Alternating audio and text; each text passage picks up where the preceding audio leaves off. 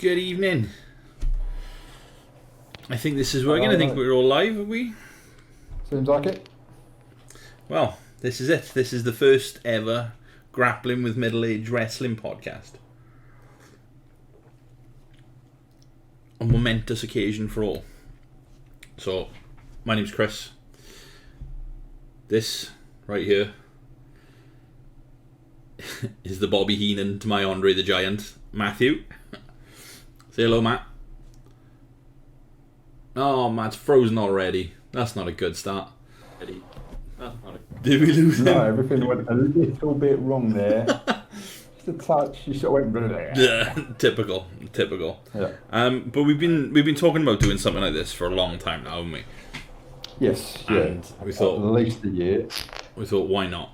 You know, it's been a rubbish 18 months this thing has been going on now, and I think both of us have watched. Losing you, pal. Say again. I keep losing you. No, that's not good. Stop. That's not good. We'll get there. Yeah. I think it's more the system rather than anything. Yeah. Well, we thought we've both watched a lot of wrestling through these lockdowns, so we thought we might as well do something with it. So the best wrestling as well. The best wrestling, old wrestling is the best wrestling. Old wrestling. Although I have to give an honourable mention to the Dynamites they've been doing from Daly's place. I thought those have been great for the most part. Yeah. But yeah, so we decided to just start talking about some of our favourite matches, some of the best ones that we've been around for anyway, and as the name would say, we've been around for quite a lot of it. Yeah, a little bit too much for my liking. It's quite scary when you think back, like how long it's actually been that we've been watching this. I mean... Yeah. It's 30 plus years. Yeah, easily. Watching / enduring Vince McMahon. Yes. And his brilliant ideas and schemes. It hasn't crushed us completely yet. Come close. It's come very close. And I mean, it's a perfect time because it seems to be the most exciting time in wrestling at the moment. New companies springing up. There's things that I thought I would never see happening on live TV, and it's kind of rekindled that wrestling spark for me. I'd agree with that. I don't think I've been as pumped for a wrestling show as I was for Fight for the Fallen the other night. That was something else, really something else. That took me back to being 13, 14. Definitely. Watching Attitude Era and actually caring about what was coming next. Exactly. As opposed to watching now and just wishing it was all over, to be honest. And now, to be clear, we're not... This isn't going to be like a... You see them on the internet now, don't you? Like the AEW versus WWE. That's not what... We just... Wrestling should be fun. And it's starting to get back to being fun. Yeah, you would like to think that with AEW being such a positive force in professional wrestling, that anybody at WWE would take notice and go, we can do better, we should do better, people love this, let's do this. Exactly. So yeah, fingers crossed. What's the saying? Rising tide lifts all boats. So yeah, something like that. It's only going to be a good thing. More exposure, more choices. People can go and watch what they want. I found when I was getting burnt out on wrestling, it's because there wasn't much choice. But now, like when it was just WWE. And that was your lot. Yeah. Or searching for what indie stuff you could find, what Japan stuff you could find, what Mexican stuff you could find. it ain't easy to find No. all of that stuff all the time, and I haven't got an infinite budget to watch it all. Exactly, that's the issue.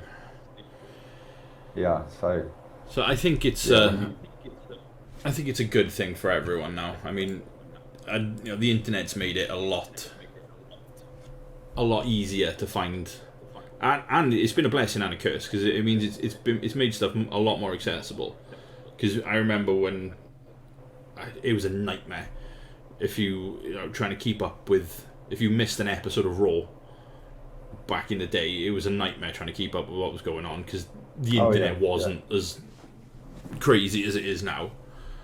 No. I mean, like you say, it's a blessing and a curse, because there are times when there's something you really don't want to hear about straight away, and your brain automatically says, when you wake up, flick through social media, but then there's the other part going, don't look at social media, because you are going to ruin this for yourself. Exactly. But that's the same for everything, and if we get into a debate about the ills of social media, that's a whole separate podcast, and we're definitely 2 or 3 hours of your life gone. Yeah, we're going to get kicked off Twitch because Matt will go on a rampage. But yeah, no, it's I've started subscribing. I'm enjoying AEW to the point now where I've started subscribing to the Dynamites on Fight rather than waiting for ITV to put them up on a Saturday. Because by the time the Saturday rolls around, I've seen it all on YouTube or I've seen it all on Instagram. So and I'm enjoying it again. I'm enjoying watching live wrestling again and keeping up with it. So no, it's been a nice end to these lockdowns, I suppose. It's been getting progressively better. Yeah. But no, it's been fun, and I think what we're gonna do for this first one, as I said, I think we've got like 60 years of wrestling background between us, or watching between us. Yeah, that's such a long time. So and from different streams as well, because you are very much a WWE guy. Yes. And I grew up WCW, and I bloody love me some WCW. That's very true. Of a certain era as well. I was die hard, WWF back in the day, and the war was real, wasn't it? Let's be fair. that was a real thing. Yeah. I think weirdly I'd switch sides by that point, because end period WCW was a nightmare, an absolute nightmare. I think that as well. Going back to it, that probably accounts for a lot of why a lot of the fans, a lot of the way they are now. Like, you can only like one. You can only be WWE, or you can only be AEW, because they've been conditioned through watching back through the network that Raw is war, and the Monday Night War, and it's all, it was all geared up to make you hate one of them and love the other one. Yep. And where it was fun at the time, now it's just kind of spread this thing where you can only listen to one source or only watch one source, and it's, I don't know, just enjoy it. Stop being a dick. Yeah. Good wrestling is good wrestling. It doesn't Exactly. matter the promotion to me. I would agree with that entirely. Like, don't discount things, because some of the matches that I'm going to make Chris watch are from ages ago in promotions he didn't watch, and hopefully he will understand why I like what I like a little bit better than he probably does. Yes. I think the main difference people are going to realise on this is we both have very different opinions on Triple H.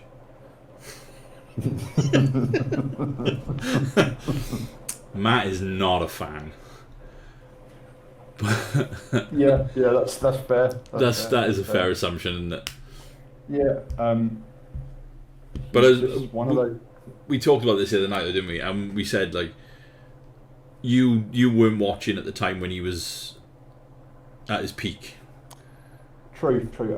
I would say I had a gap probably from 2003, maybe, to 2007, something like that. So peak Triple H, ruthless aggression era. I wasn't watching because I was at uni and I didn't have any money, so I couldn't afford to watch. That sounds about right.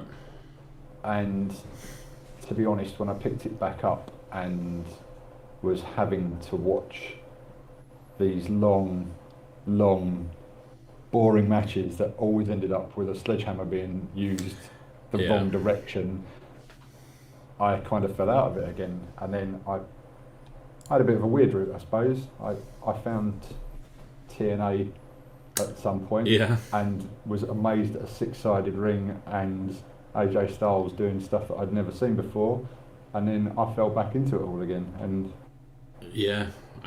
got back into WWE and everything. Like, that fascinated me when they came out with that ring, because I think at that time as well I hadn't really watched any UFC. That wasn't a thing in the U. Well, it was obviously a thing, but it wasn't as big as it is in the UK now, and it wasn't like it is today. It was still a fledgling thing, wasn't it? So it was like, because I would remember them talking about Ken Shamrock. And when do you remember he did that Lions Den match with Steve Blackman? Yeah, it was sort of the proto fight pit, wasn't it? The Riddle Thatcher thing. I thought that was what it was. I was looking at that and I was like, I'll watch this. I'll get it out. I was sadly disappointed there were no kendo sticks and steel chairs hanging off the octagon, but still, it was. They've missed a trick there. Dana White really needs to take a good long look at himself and realise that this with weapons would be a lot more fun. Hell yeah. Barbed wire exploding deathmatch in UFC. I'd watch that. Book it. Book it now. Have Shamrock as referee, eh? Conor McGregor and Nick Diaz, an exploding barbed wire death match in the octagon. Conor McGregor, Nick Diaz, exploding barbed wire death match. Book it. People would certainly watch. But what we're going to do today is we've talked a little bit, and I mean everyone has come up with like their top four or the wrestling Rushmore doesn't really work in the UK, does it? Because it's definitely an American thing. So yeah, but it's everybody knows, and it's a way of narrowing it down to a manageable amount of people to talk about. Exactly. I think. So we've done a bit of deliberating. That's a polite way of putting it. It is. And I think we've come up with our list, haven't we, for this pod? We both threw a few names out, and what we've decided to do is we're gonna do two today. See how we get on for time. Obviously, we don't want to go too long in our first one. And then what we're gonna do is once we've gone through our top four, we're gonna watch a match and then just talk about it while it's happening, really. I mean, I'll let everyone know what the matches are if you want to queue up your networks at home or whatever to have a look, and we'll go through it together. But I think that's going to be the good news, I think, for all of us here is most of these matches will not have Michael Cole calling them. So you will actually hear the correct names for the moves and holds that you're about to see. That's a very good point. That is a very good point. Yeah. So, yeah, I think that's going to be the format we're going to go with. Obviously, we're open to suggestions. If people want to drop us things they want us to talk about or matches they want us to watch that you feel that we should see that we may not talk about. These are going to be going up on YouTube as well. I mean, all the links are on the Twitter page, so if you can follow along on Twitch while we're doing these live ones, that would be fantastic. And the same for YouTube. And we'll try and make this as regular a thing as we can. But we're gonna try and do 2 today. We'll give you the top 4. But then I think, judging by the matches we've picked, I think we may only have time for 2, because one of them is pretty long. Let's be fair. Potentially, yeah. We're managing to do 2 of our 4 in the same match, which is a plus. And then one of the other matches has got my second pick in it, and a joint pick. So yeah, and then we've got a substantial one to get through as well. Yes. So, but it's not Triple H. It's definitely not Triple H. I mean, as much as I like Triple H, I wouldn't have put him in that sort of. No, I mean, for everybody's interest, we deliberated this on wrestlers that we had seen and enjoyed, that we feel have done, that the business couldn't be where it is without them. Yes.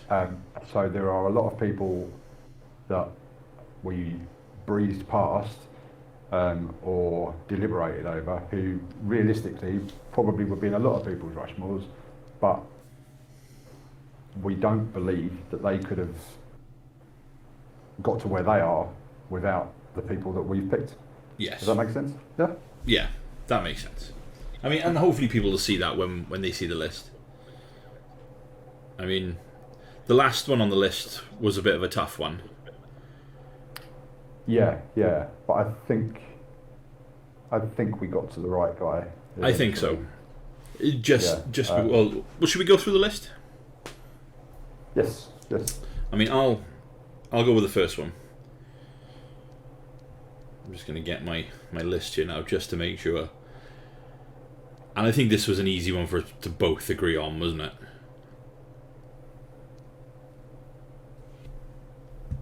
No, we've lost him. I'm still there. No, he's still there. Buffering. I thought I'd lost you, but buffering. We're buffering. But I think the first one was definitely an easy one for us both to land on. I think we agreed that pro wrestling probably wouldn't be. I don't think it would be half as popular, especially with people who are about to turn 40, as if it wasn't for. You're not far behind me, so don't you start. But I was laughing along with the same joke.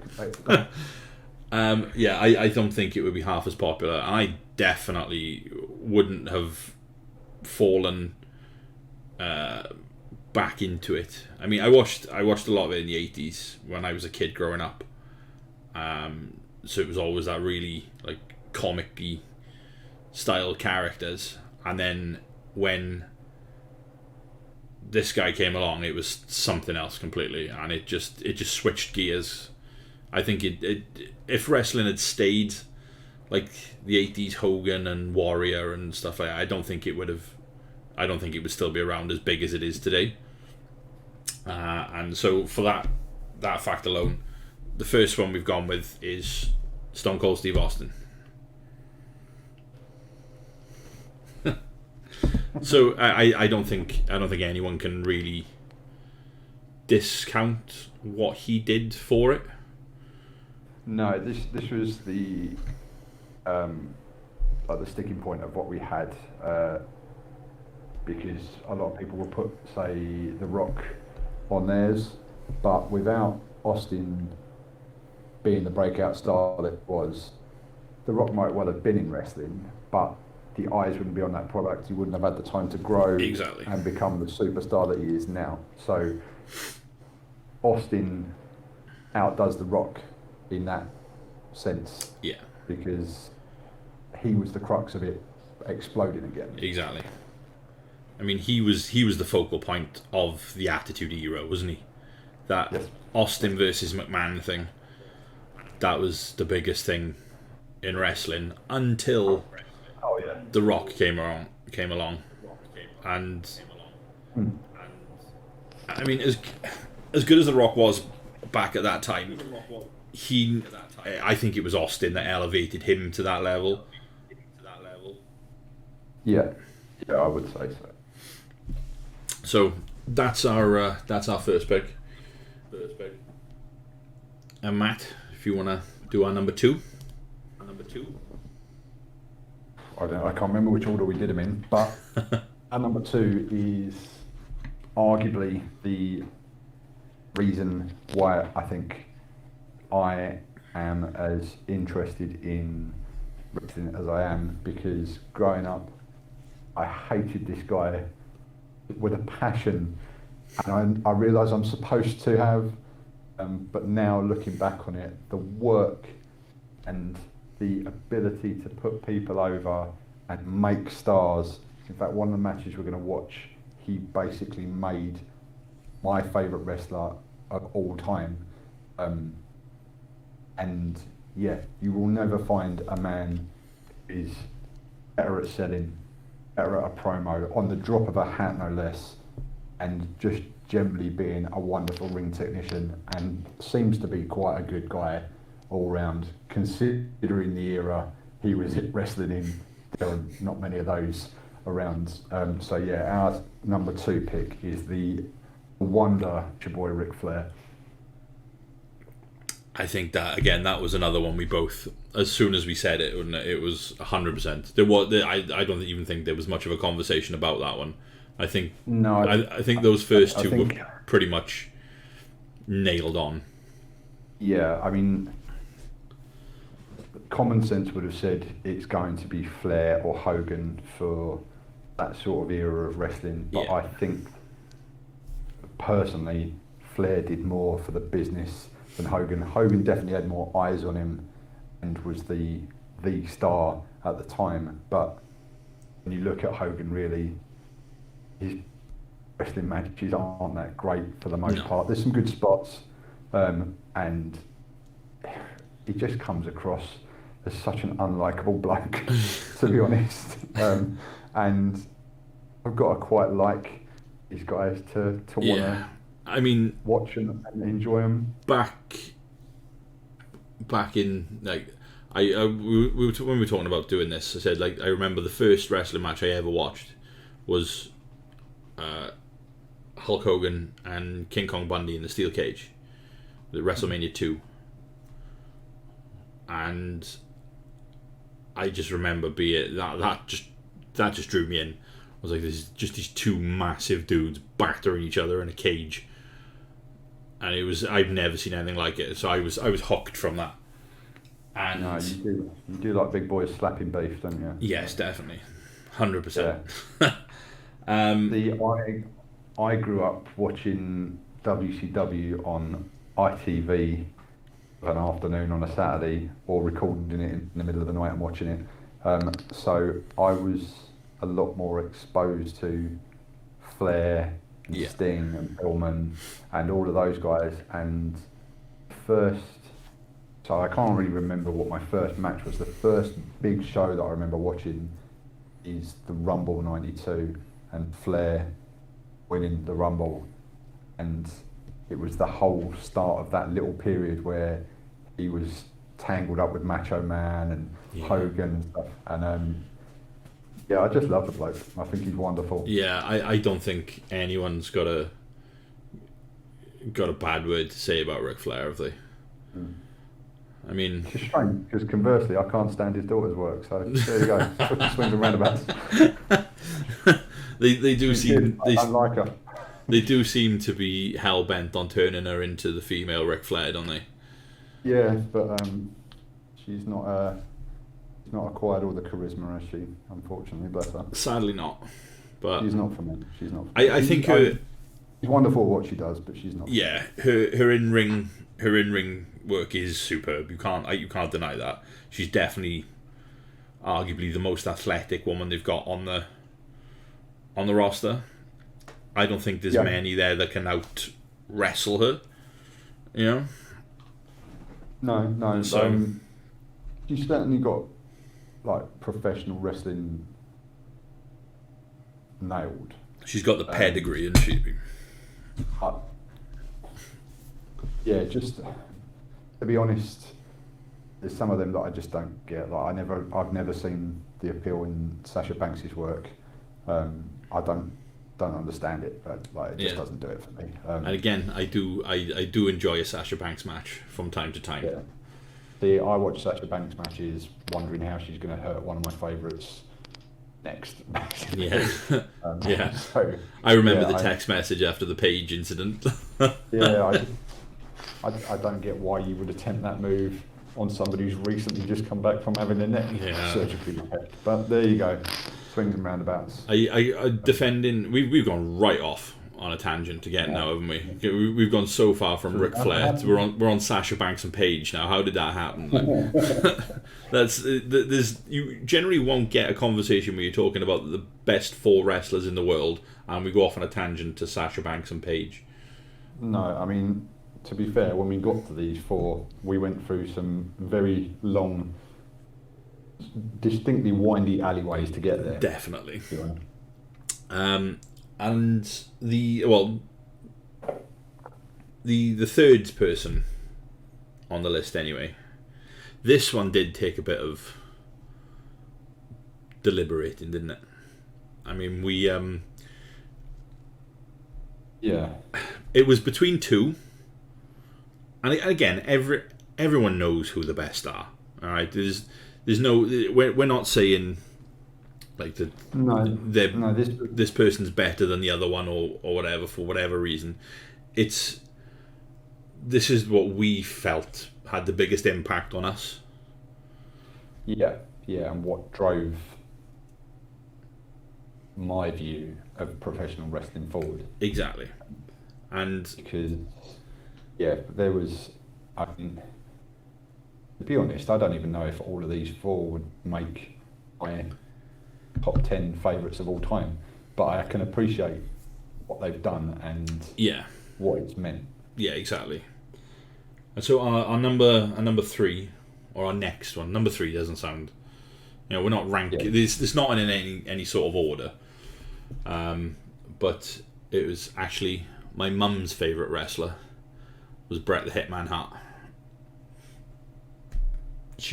My mum loved Bret Hart. She was a bit gutted when I got to meet him a couple of years ago when I showed her the photo. I think she would have actually come along to that one. She hated me watching wrestling, but until Bret Hart came along, she was a fan of Bret Hart.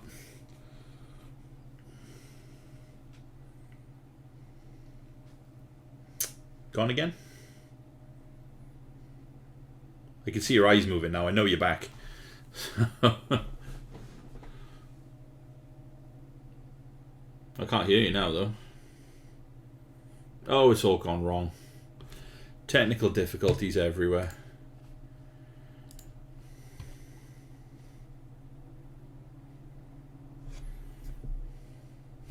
You hear me okay? No, your sound's gone off.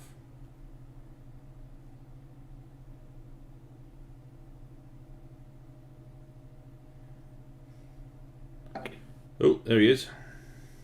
Yeah. There he is. He's back. So I mean, like the next person we put on there was Bret Hart. I mean, you couldn't really not have. I mean, the conversation we had, it was between him and Shawn Michaels, wasn't it? Yep. For my part, it was a short conversation. Again, Matt's not a fan of DX at all. Not that I dislike Shawn Michaels, because I distinctly remember there was a point in my life when I quite enjoyed Shawn Michaels' matches.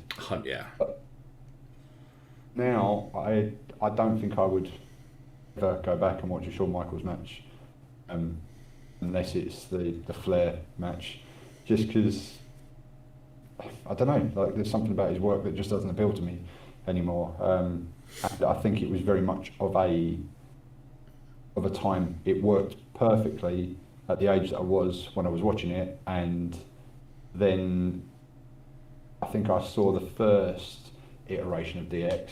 Yeah. Then when it started to get bigger and bigger and wasn't Rick Rude and China, and it was New Age Outlaws and X-Pac. And I love X-Pac, I really do. Like, I think his work's phenomenal. But as a group, it just got a little bit tiring for me quite quick, I think. Yeah. I think like you said, the first go around for DX was definitely the groundbreaking one. Yeah. But it did help launch Triple H and China to some extent. I mean, she definitely broke more ground than any other woman on that roster, I think, didn't she? I don't think if it was for her, it would have. Well, look how long it took to.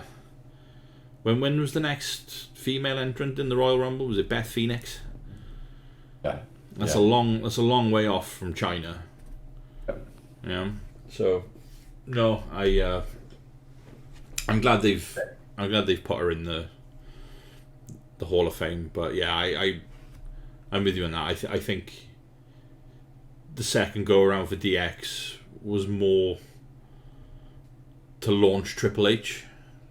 Yeah, because there's bits when Michaels wasn't even there, and the whole idea of it. I mean, my overwhelming memory of DX is them taking the piss out of Nation of Domination and it being woefully unfunny, and just thinking, I'm not into this. No, I'm really not. I'd rather. I thought it was so. It was so bad. It was brilliant. It was like.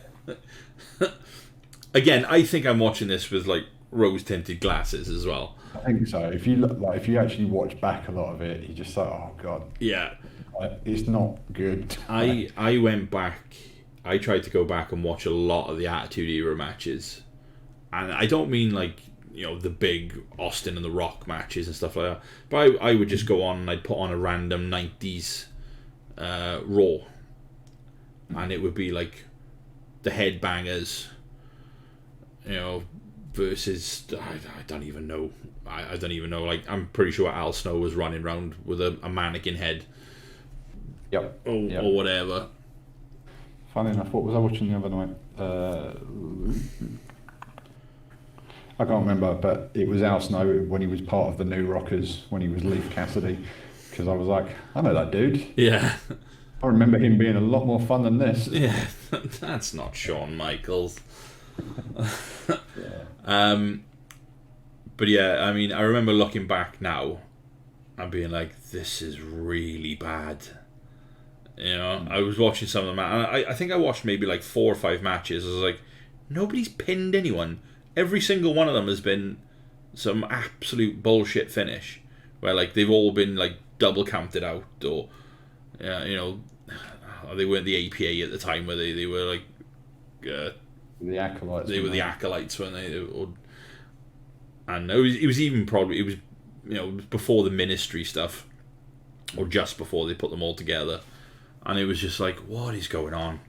Like, how? Well, it was of an era when, because they'd had everything so connected, which in itself seems like a brilliant idea, but then when you realise everything's going to be a run-in, everything's going to be a distraction, everything's going to be a disqualification, and then when you actually sit there and try and watch it, it's like, I can't remember why this is important. Yeah. And I mean, I think, there's one thing having your storylines well connected, and there's another thing having it where everything's connected and it's just a big old mess. Yes. Really.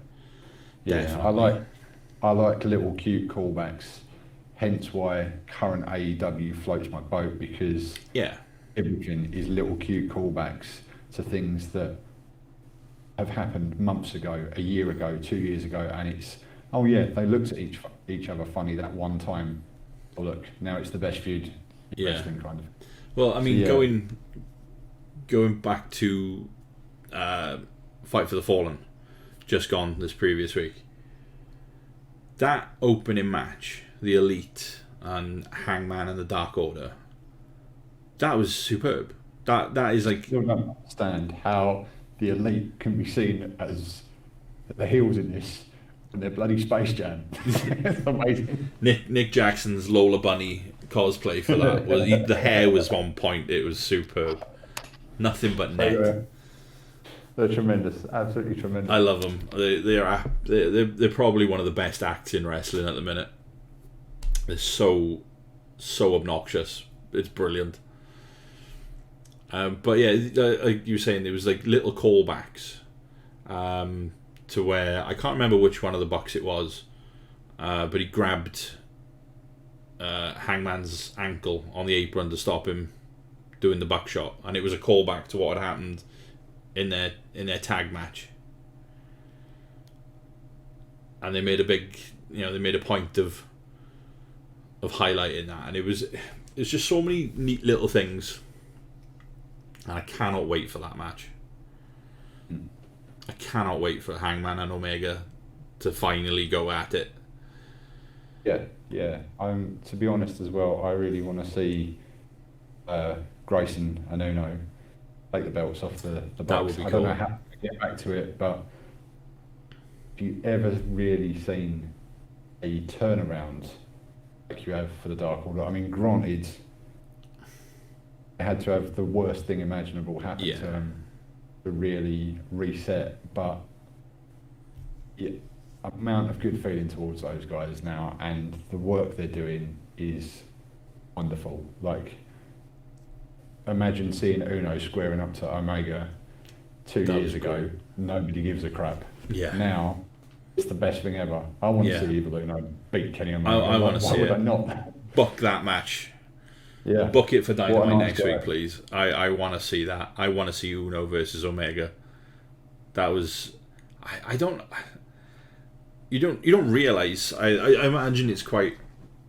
I'm just going to turn my light down a little bit. It's hot in here, and my face is shiny enough as it is. You don't realise when there's no crowd, like all through the pandemic, you don't realise how over these guys are getting. So it must have been a complete shock to the system. Like when Uno was in there and got that near fall on Omega, the place went crazy. I think it's because he's a very good talker. He can go, and I mean, I've followed him on Twitter for a bit. Like, he's a great Twitter follow. Yeah. And yeah, the weight of good feeling for all of them is always going to carry him somewhere, isn't it? Yeah, definitely. I very much enjoyed that. But we've gone off on a tangent again. Yeah, that's going to happen. That's going to happen a lot, isn't it? Let's be honest about this. It's going to be a thing. Yeah. So anyway, Bret Hart's pretty good. Yeah. News flash. He's up and coming wrestler to watch. Bret Hitman Hart. Almost like he should have had a motto about being how good he was. And how no one would ever be better, maybe. Yeah. So newsflash for all you people who've never seen a wrestling match in your life, Bret Hart was one of the best that's ever laced up a pair of boots.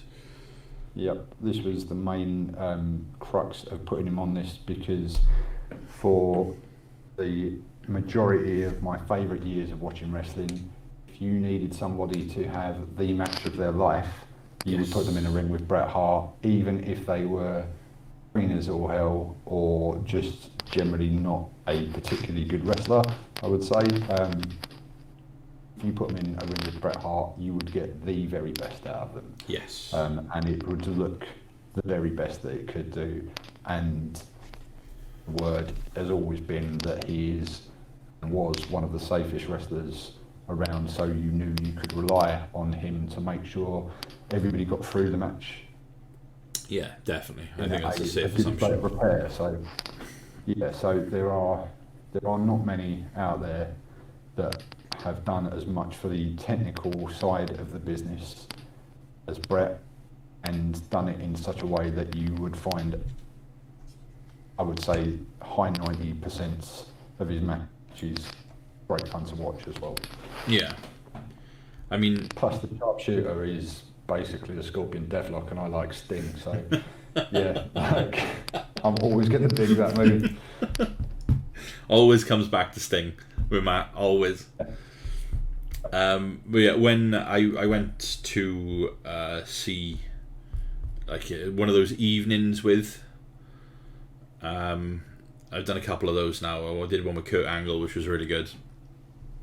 I went to watch one with Bret Hart, and I think that was one of the things he said that he was most proud of in his career was that he never really hurt anyone. He would go in there and make sure the other person was okay, and that was always his big focus. I mean, they'd have a great match. I mean, you got to think these are business. You are going to get hurt, but the last thing you need is your colleague being the reason you got hurt. Exactly. And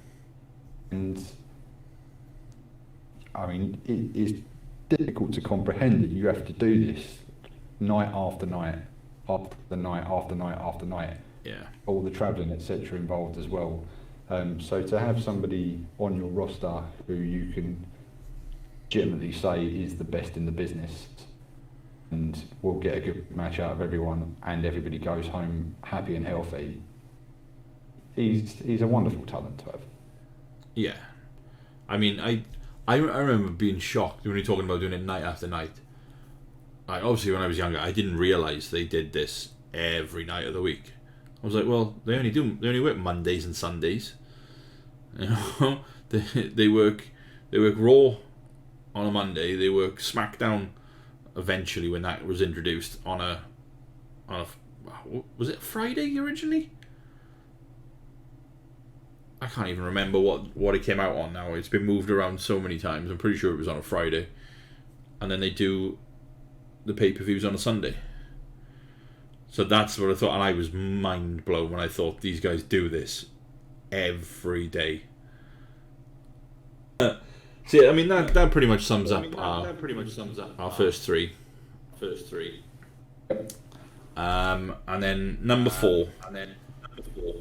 Do you wanna take number four? Yep. Number four is what's the best way of putting it? Number four has been probably a tastemaker for the last decade and a half, probably more than that, probably 20, 25 years, something like that. He is constantly entertaining, constantly something new, has given the very best of himself to every promotion that he's been in, and is still top of his game today. So rather than drifting off into another long side alley, it's Jericho basically, because Jericho is awesome, and we see Jericho being awesome on an almost weekly basis still. There's not many others that were there around the early 2000s that are still doing that. So exactly, yeah, Jericho, because he's wicked to this sort of level as well. He's, I mean, come on. How do you go from having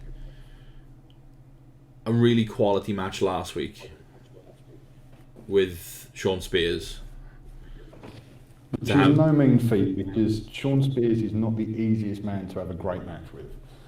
But I think he did incredibly well with Jericho. I thought it was a very well worked match. Yeah. But yeah, what we witnessed the other night is, well, isn't it? How do you go from doing that one week to straight into a death match with Nick Gage,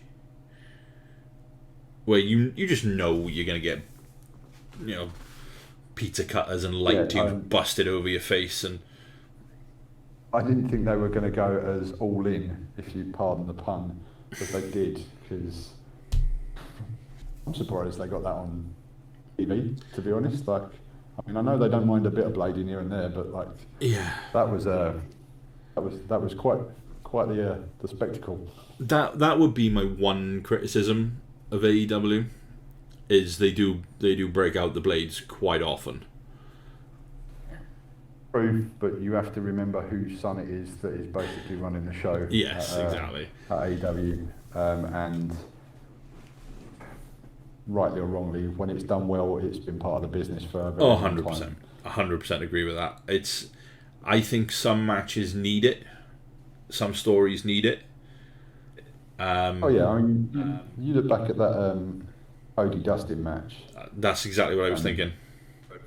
And by the end of that, it was like, yeah, this makes perfect sense. And the fact that he brought the story back together, good stuff.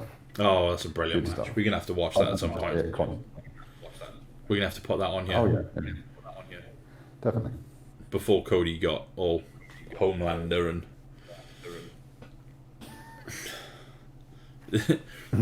I remember watching that. I was like, does he know?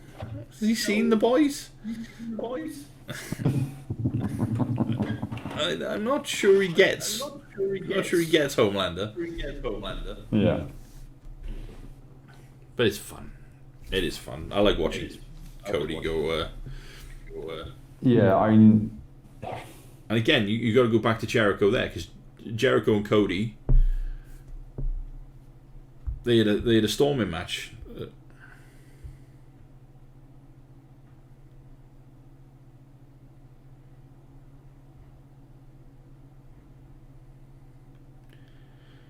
I've lost you again. Oh, there's gonna have to be so much editing going on in this. Yeah, you back? Yeah. You back? Yeah, I'm back. Yeah, I don't know what it is. I think when you stop, I still see myself going, and it must be working the same way your end as well. Nah, we'll sort it out. So yeah, you've stopped again now. Am I moving?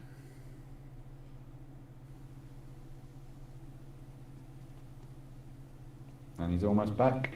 Yeah, he's back. And he's almost back. There he is. The joys of live internet television. Yeah, Anyway. Jericho rules.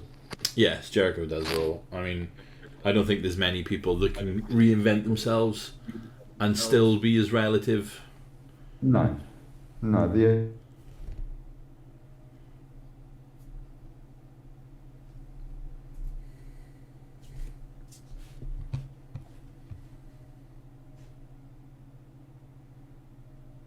thought I'd lost you again then. Yeah, it's completely disconnected this time. So. Yeah, I was just saying, I don't think there's many people that can reinvent themselves. Have you got me?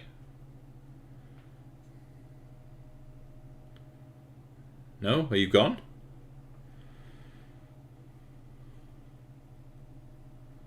Oh, I think might be having trouble with his internet.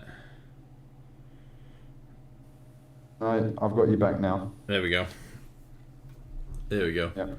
We're gonna have to buy you an Ethernet cable, plug it into your laptop. Don't do it now. No, I'm just seeing if I've got one. Got one that I can plug in. Oh, no, I have to invest. We'll come back to that. But yeah, I think it's quite a fitting time to be talking about Jericho as well, because I kind of get the feeling that this is a retirement run. Yeah, I can't see him wanting to do this for too much longer. No. Especially when he's got... he can have the life that he likes, being a rock star by actually being a rock star, can't exactly. he? So, yeah, I mean, I've seen Fozzy a couple of times. It seems like he's having fun. I've got tickets to see them at Christmas time. Okay. And he's going to be off TV for a couple of months. So yeah. I think they're either gonna, obviously he's gonna go out in his shield, and he's gonna put MJF over and solidify him as the top heel in AEW. And I think this might be a way of winding him down. I'm enjoying these 5 labours. I think they're really cool.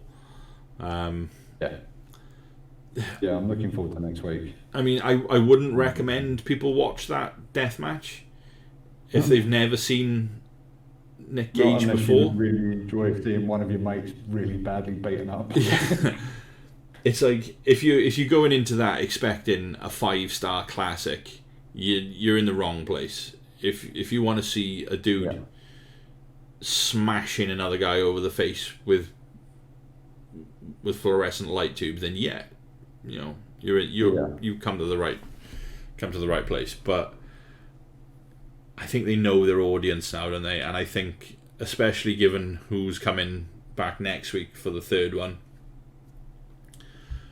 I think it's definitely a way of just giving Jericho what he wants to do. It's a great pits tour, isn't it? Like, it's, I mean, give your mates the rub, and play the hits, make it fun to go out on. Yeah, exactly. And I mean, I'm just going to check the dates now. I'm going to go into full wrestling conspiracy mode now. So we've had 2. The 3rd one will be on the 4th, 5th and 6th.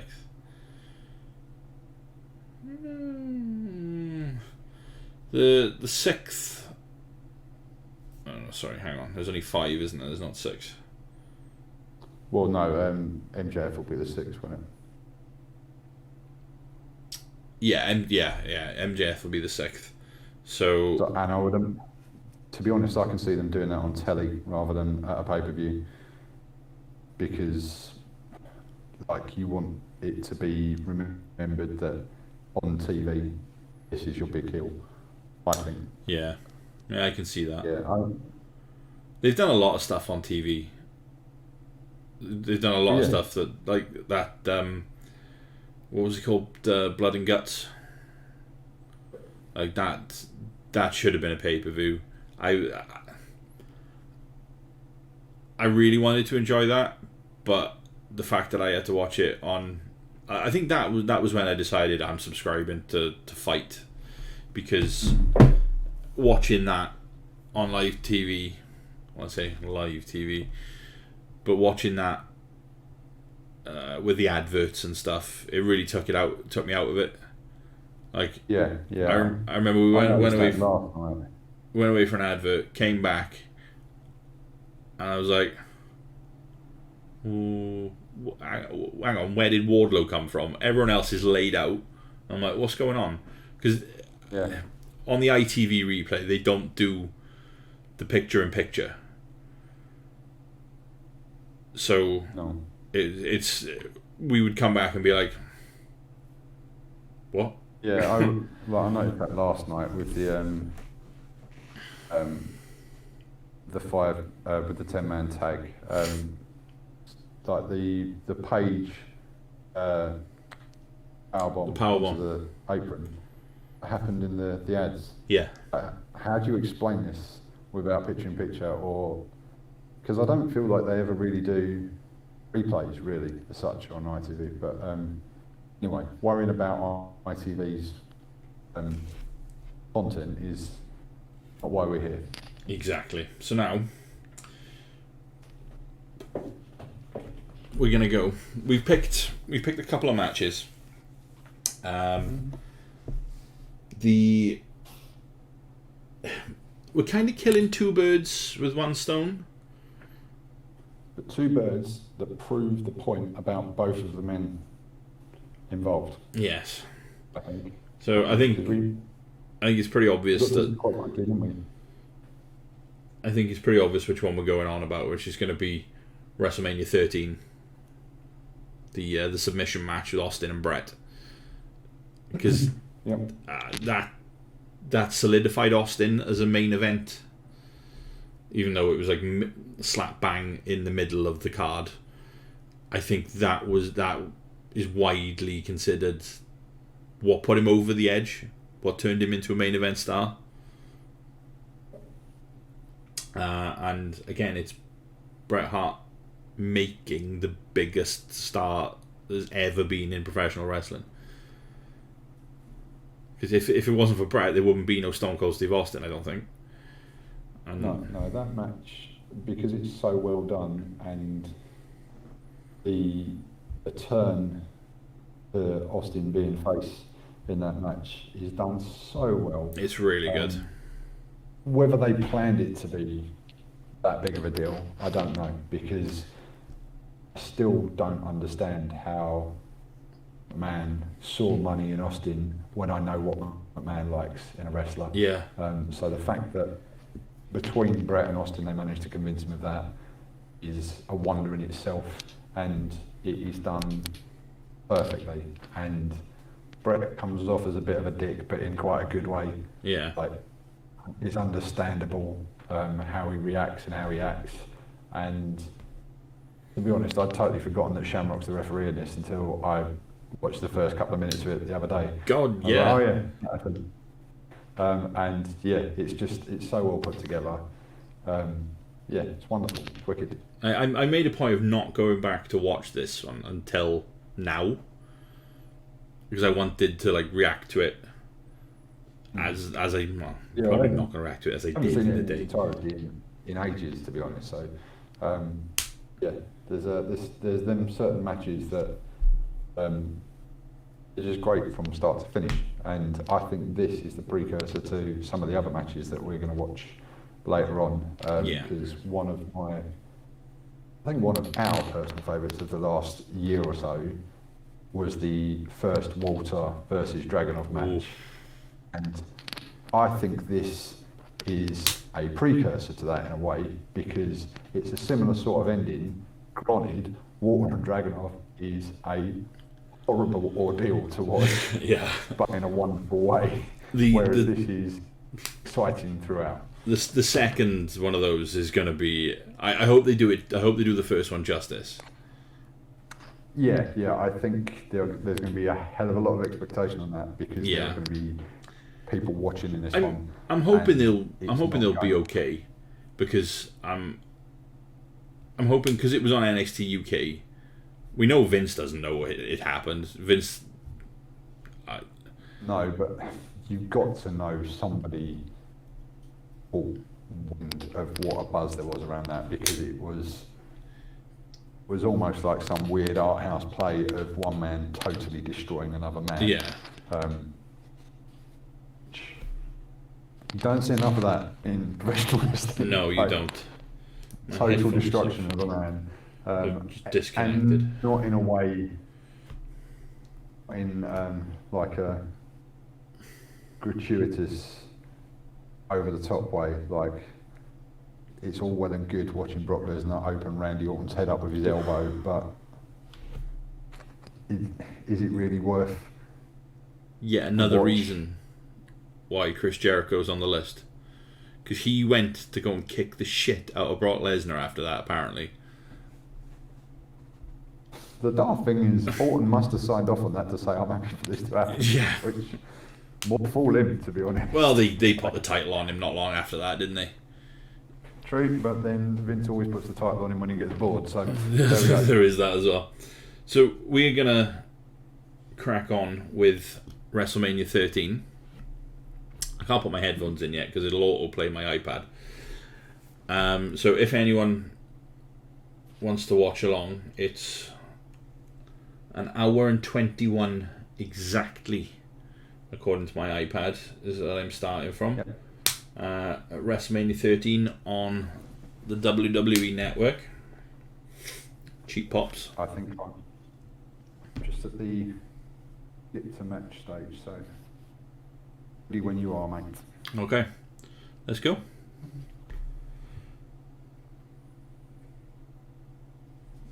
And I'm going. Surprise, surprise, here we go. So I've got Shamrock in the wing. Yeah. Look at the guns on Ken Shamrock.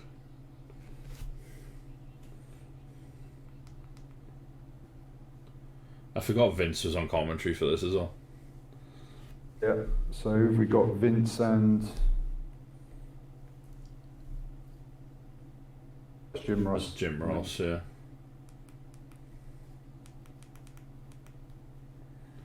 The most dangerous man in the world, eh? So he made a living off that catchphrase, didn't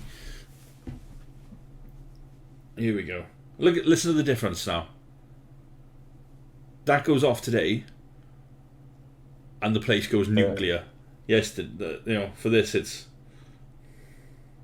Which show was it where only half of the glass broke, and he looked even more pissed off that only half of it broke?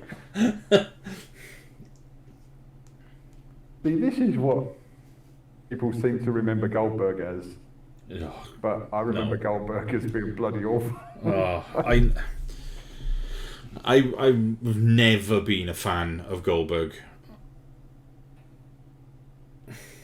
Good reason. Yeah, I never bought into him. I never got on with him. And I mean, I appreciate what he's done, but I just wish he wouldn't do it. It's just good booking on ECW's part. Like, I don't think he had less moves than Hogan, for Christ's sake. Like,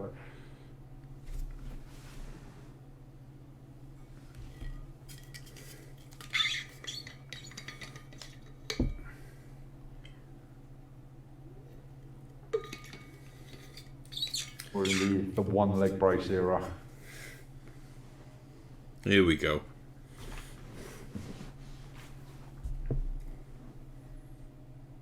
You can't help but love this music, can you? Bret's music rules. Great tune. I still get excited when there's that brief moment before a Natty Neidhart match when you hear that screech. Yeah. You think, then it never is. Bret does indeed. I think at this point, I think Bret was still my guy at this point. I think so. Yeah, I think so. Because I bloody loved Bret Hart at this point, and the turn just added new favourite rather than taking one away. And usually you're going to like one now, the other one goes. So yeah.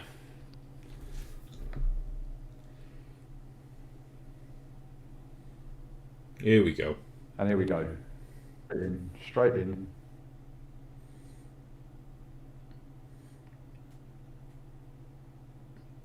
Nobody throws right hands like Austin when he's on the ground like that, do they? No. It was kind of believable. The difference of those. We're still in the era where virtually everything Vince says is, and look at that move. Yeah. That's my overriding memory of Vince McMahon commentating. Yeah.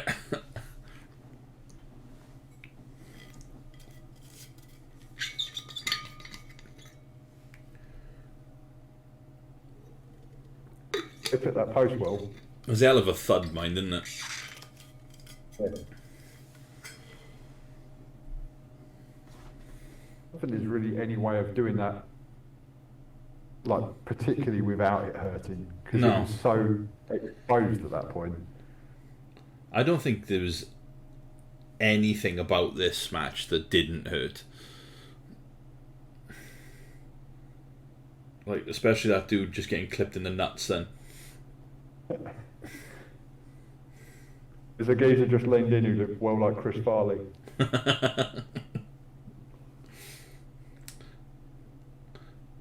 And no Shamrock just beating the crap out of him in the background.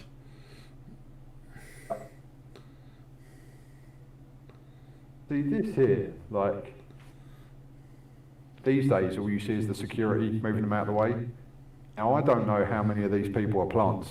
Yeah. Because it worked so well. Like, these days you can tell. Yeah. Like, the woman giving Ricky Starks the flowers. Yeah. There's two guys here who refused to stop eating their meal whilst this was going on in front of them. That was a plant, chef's kiss.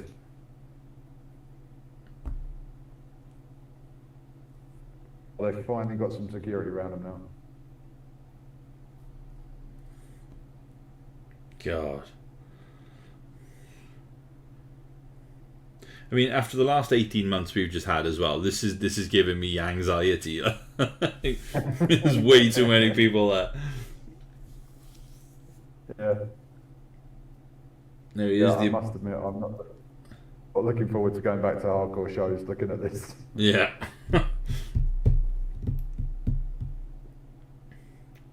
Is he obligatory going to wear my WCW shirt to a WWF event?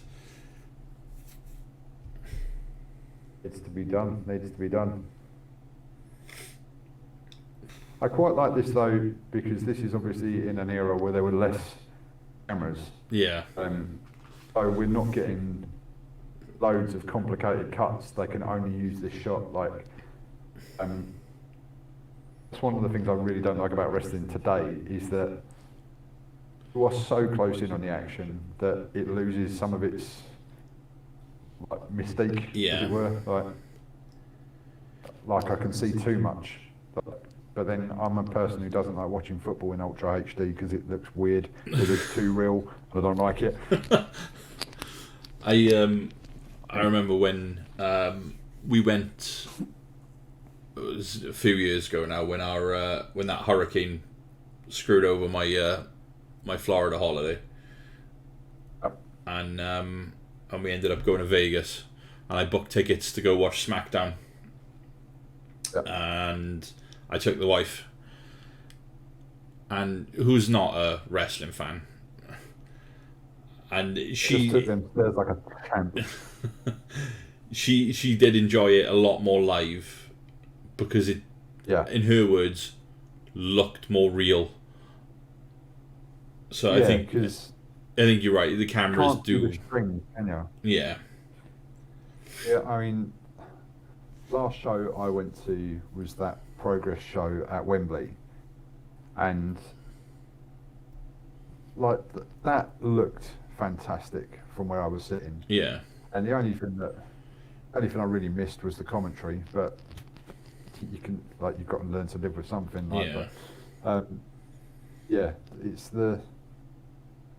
It's the not being too close to it that makes it look much better. Exactly, yeah.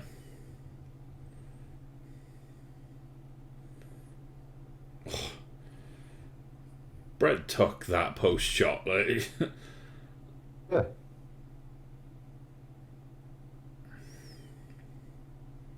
Like, this looks like hard work. Like, I'm all for watching really slick matches, but this looks like everything sucked. Yeah. It was meant to suck. This isn't gonna be a fun night at the office, is it?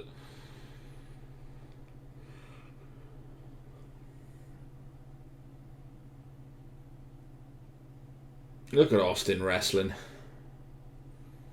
That's a great neck breaker off Bret.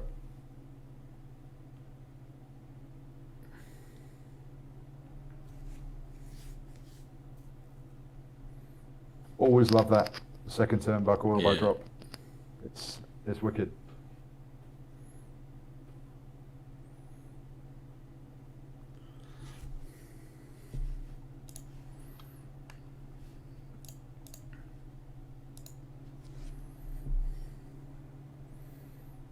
This is crazy actually when you're listening to this and the crowd's really like reacting to little things like that, just swinging the leg, and hurting the knee.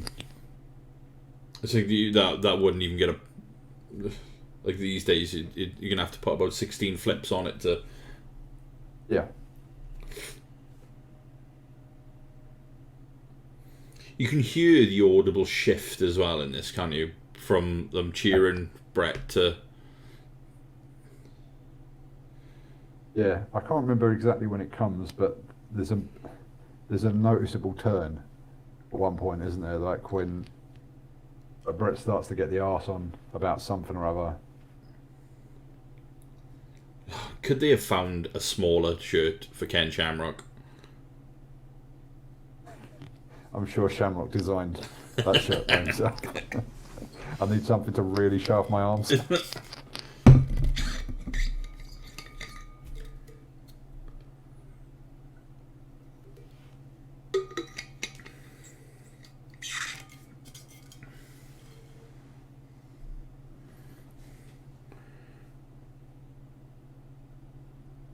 There it is. Have we got a? There's a third commentator on this, isn't there? Yeah, it's Jerry Lawler. Is it Lawler? His voice has changed over the years. It didn't sound like him to start off with. He hadn't spent about 3 hours every day screaming puppies at this point, though, had he? True. This is where the turn starts, isn't it? I think so, yeah. As people are getting more into Stone Cold getting up than Bret knocking him down.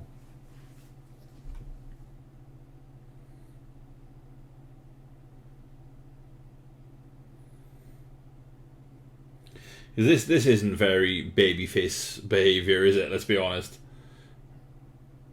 No. But they love it. And if you've noticed, like, at the start of this, Ross was more putting over Bret, and now he's putting over Austin. Yeah. And Lawler's taking Bret's side. Vince is just there. Vince is look at that move guy, isn't he? You are right. What a move. And look at that.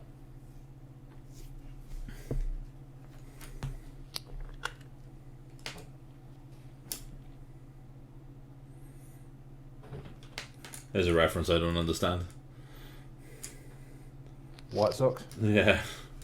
I mean, again, this was a problem watching American wrestling in the UK. When they start doing stuff like that, you're like, I understood that reference. Yeah, and if you're not American, you're always the bad guy. Yeah. It's difficult to translate because if you did it the other way around over here, I don't think Americans would understand it going back the other way. Yeah.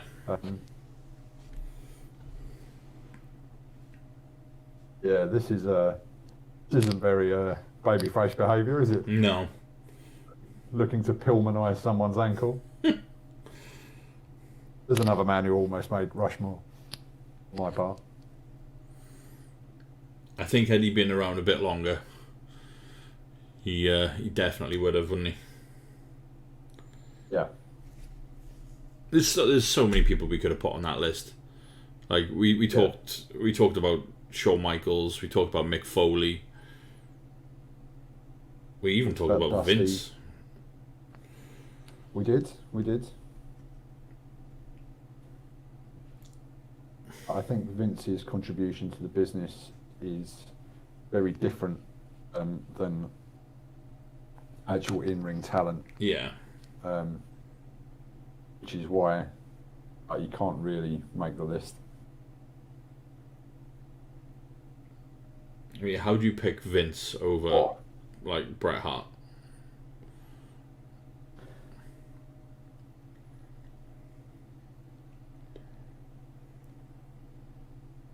This is where the turn's really starting to happen, isn't it?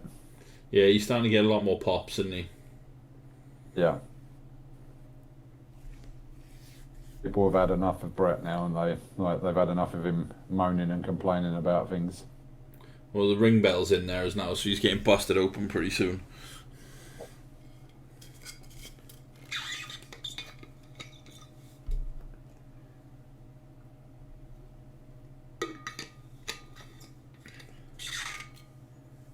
I love This is ridiculous. This is ridiculous from Lawler. Jerry Lawler just going off on the kid. Look. Mugging off Bret's daughter. This legitimately looks like it hurts. Yeah, I can see that being painful. I mean, I'm sure the Fight Bible lads would probably explain why it doesn't, or why you can make it better. If he'd looped his leg over Bret's other arm, yeah, I can't see you getting out of that. To be fair, it was kind of like an armbar, wasn't it? He puts his leg across his chin and he's got that. Yeah.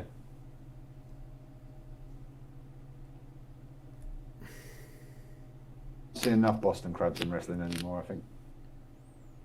Yeah, it's kind of fizzled out, isn't it? An easy move. It's such an easy move to do, and there's no way that you can stay in it for a particularly long period of time. I'm a lip reader. Jerry Lawler. Thankfully, the one and only Jerry Lawler. Coward. He's brilliant. When he was on form, he was on form. Promoting Bret.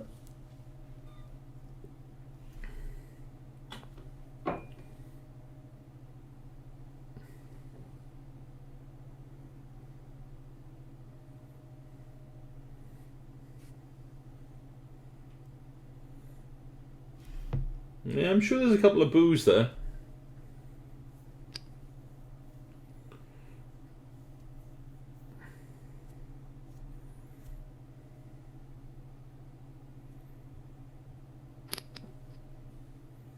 Shamrock's just standing there like he has no clue what's going on, does he? Was this his first time? I think this was. Involved? Yeah, I think this was the first time because they just announced him, didn't they, at the start? He didn't have like an entrance or anything. Yeah. Oh, we've got a split crowd at the moment, haven't we? It's a Cena reaction, that is. Yeah.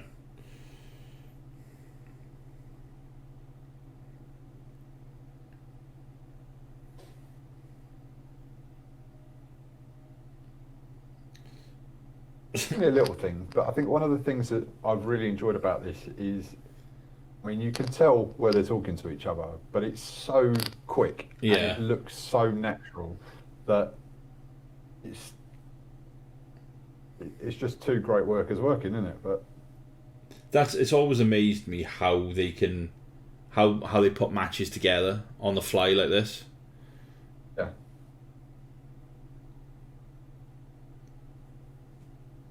There he goes. I thought it was the bell that busted him open. No, I think it's the railing, because he's busted open the hard way on this, isn't it? Like, it's running out of him, not just running down his face and mixing with sweat. It's like pouring out of him, isn't it?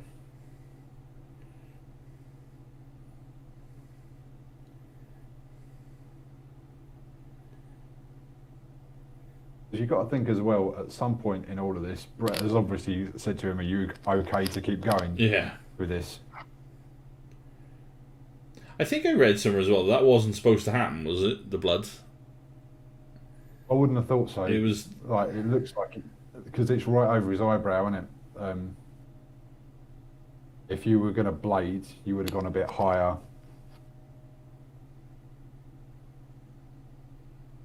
Yeah, it's gushing now, isn't it?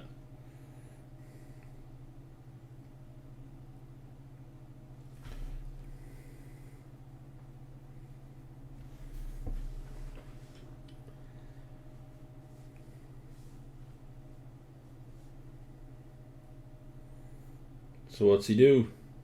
Just punch your mate in the cut. Punches look good though. It's the only... Punches look snug, like they looked as if they were landing. I like it.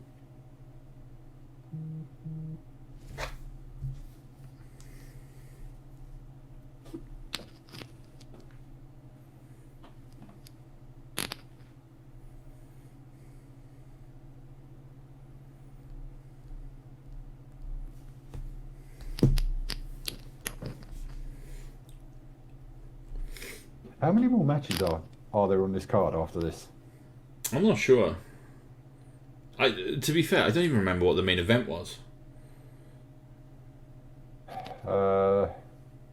It's Sid and Taker, I think. I think so. There's another one I never really got. It was Sid. I watched Sid versus the British Bulldog on something the other night, and it was fantastic. Like, Sid was so over. Yeah. Like, I don't know how he got himself that over, but yeah, it was like really, really well done.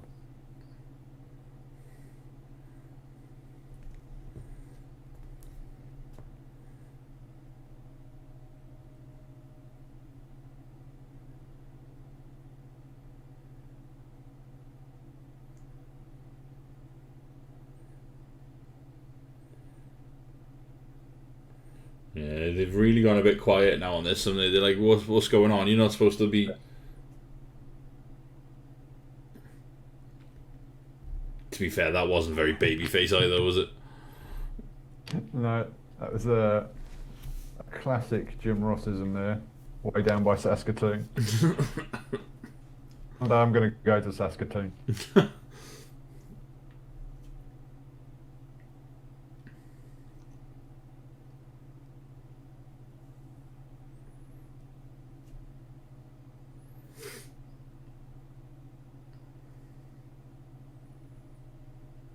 Oh, it's classic Bret, that, isn't it?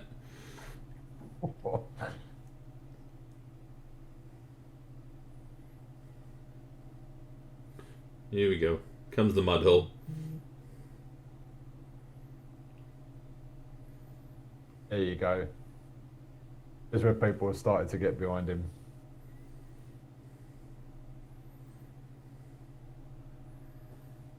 Why is Shamrock wearing cycling shorts?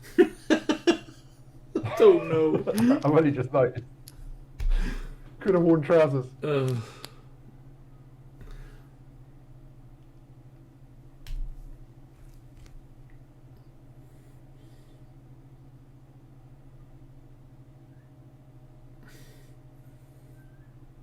Austin is a mess in this one, isn't he? Yeah.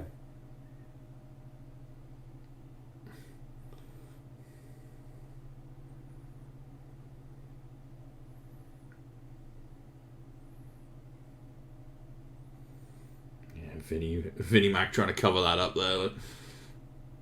Sounds a bit smug there, doesn't he? Doesn't happen very often in my wonderful, wonderful operation.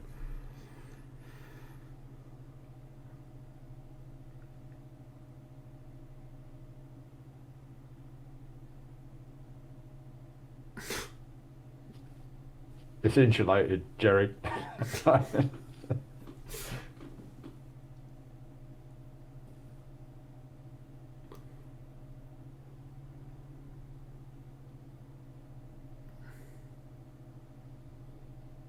Is that where you thought you got busted open? I thought that's... I think I would. Yeah. I forgot. I said I haven't watched this in so long. I forgot how early into it he started bleeding. Here we go.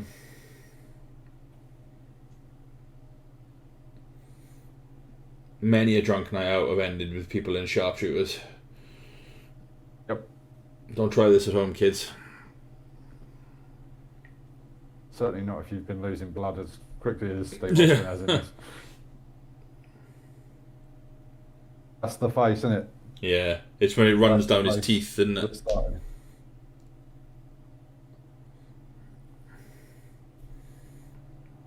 This is the Austin chance.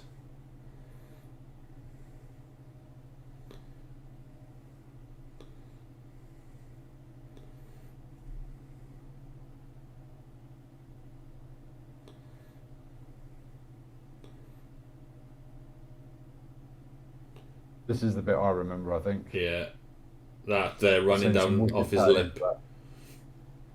There it is, off the teeth. Yeah. There's the turn. There's the shift. Yeah.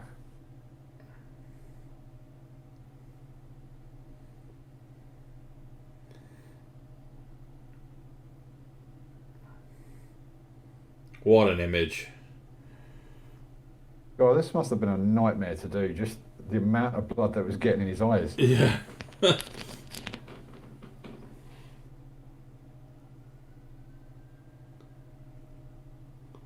There it is. He's done. Yeah. Oh, somebody's gone and retrieved the bell, obviously. Yeah. What a match. What a match. Go as long as I had it in my head. Yeah, I always thought it was longer than that. It's weird how you remember these things from such a long time ago, isn't it?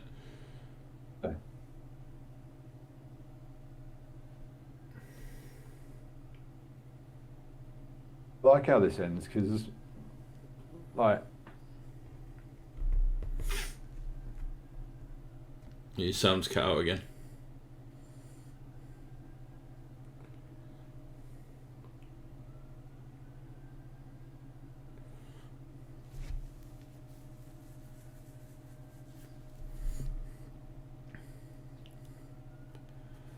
Oh, he's back.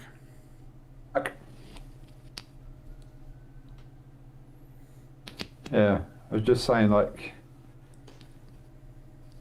I like how peculiarly Bret's taking this at the end. Yeah. Because he's not overjoyed because hasn't realistically won the match. He didn't make him say I quit. Yeah. Technically, Austin didn't lose.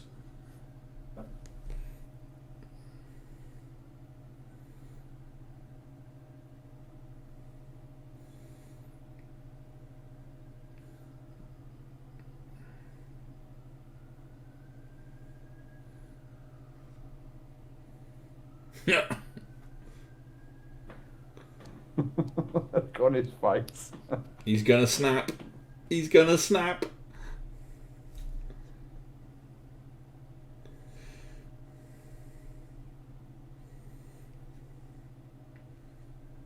Yeah, get out of there. Get out of there, Bret. Get out of there. Oh.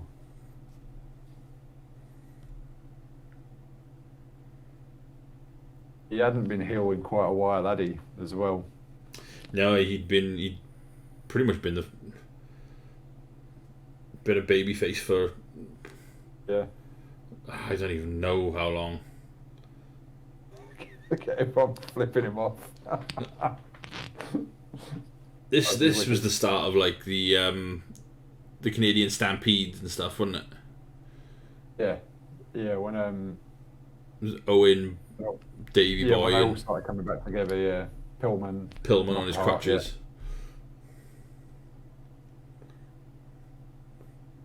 That's the worst stunner I've ever seen.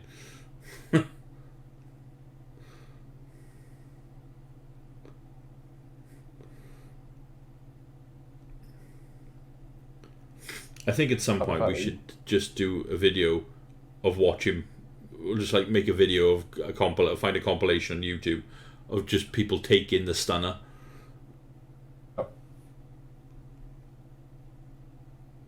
This is an interesting choice that he's made. Why did you hold out of the ring the other side Yeah. if you know it's going to be difficult for you to walk back? Seems an unnecessary thing to do. So the change, they're all booing him on the way in. But yeah, I think that was definitely the start of the Attitude Era, wasn't it? Start of the Attitude Era. Yeah, I think it sums up pretty well what we were saying about both Bret and Stone Cold. Yeah. One definitely made the other there. Definitely. And then the other went on and made virtually everybody else since. So Yeah, and I mean, they kind of set the standard as well, didn't they, for what was to come? I mean, the Attitude Era isn't fondly known for great wrestling, but that was definitely a great wrestling match. oh yeah, 100%. Well put together. Like we said, we don't necessarily think the bleeding was intentional, but it certainly helps make that match Exactly. And if they've decided on how to get to that ending within the match, realising that this is going to look spectacular, then, which to a degree I think probably they did, I can see that ending being the ending they were supposed to get to, but Yeah. I think they've played with what they've got there. Yeah. And used it very well. It's fun. Again, wrestling should be fun. Yeah, wrestling should be fun. Yeah. And I think that is probably a good place to end it for now, for the first one. Yeah.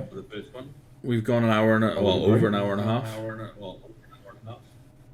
And we'll get straight back, I imagine.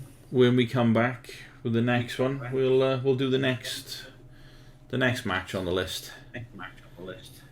I'll let Matt pick which one he wants to do next. You're going to enjoy this. Yeah. it's like it's going to be 3 hours of Triple H matches. No, I think next time, to get the very best of Mr. Flair, to show you what I mean, I am going to suggest. Where are we?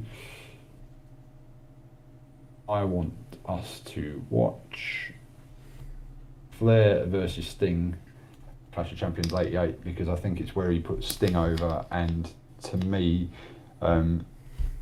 Sting's equivalent of Hogan, WCW. Yeah. For me, and the fact that Sting is still doing good business for people at his age, he's another one, sort of in the Jericho mould, where he's given the very best of himself to whatever promotion he's been in, and I think he probably would have given much more to WWE if they hadn't mishandled his arrival so much. But this is Flair basically turning Sting into the hottest thing in WCW, and little 7-8-year-old me I'm thinking he's amazing. I'm with you on that. I think just watching what he's doing at the moment, he's having the time of his life. Yeah. It's nice to see him going out the way he probably wanted to go out, rather than the way we thought he'd gone. Mishandled, I would say. Yes. But on that, we will leave it there. But yeah, that's for next time. And we'll come back. Like I said, if anyone wants to follow along, we're on Twitch. We're Grappling with Middle Age. We're going to put it on the YouTubes. So I'm going to do a bit of editing now and see if I can get that uploaded. And hopefully next time we won't have as many technical problems, because I've lost him again. I think that's a perfect time to say it. So we'll leave you. Good night.